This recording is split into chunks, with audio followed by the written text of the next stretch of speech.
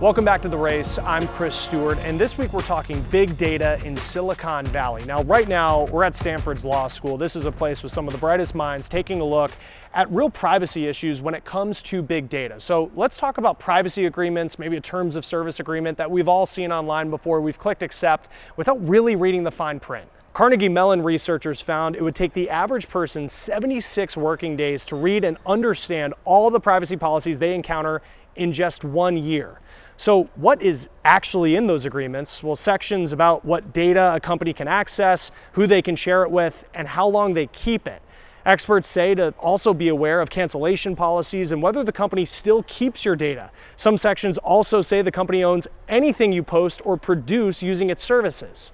Now, as we speak, researchers are working with artificial intelligence to try and rewrite all of those agreements into a paragraph that we can actually understand. Thing is, until that's reality, it's on us to make sure that we know what we're agreeing to. Annie Taylor takes us to a privacy boot camp.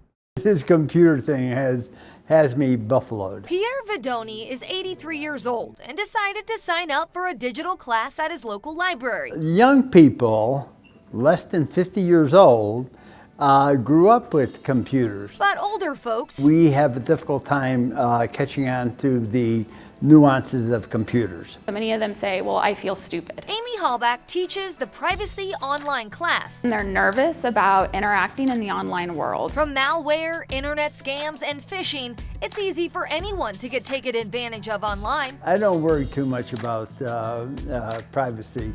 My wife does, but not I. But Amy says he should be concerned. According to the Journal of Public Health, between 2 to 3 million seniors get scammed each year. And a few years ago, that was Pierre. Hackers took over his home screen and locked him out of his computer. In order to get my computer back, I had to pay him money. And it's no small amount.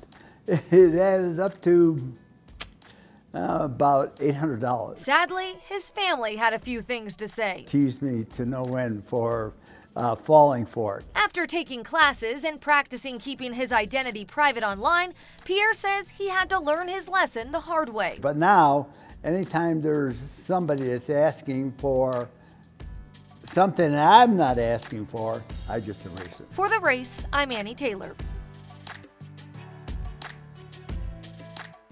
Now, some companies are using big data for good in a lot of important ways. We're going to be taking a look at that and how it's also helping older Americans stay independent for longer. That's when The Race continues.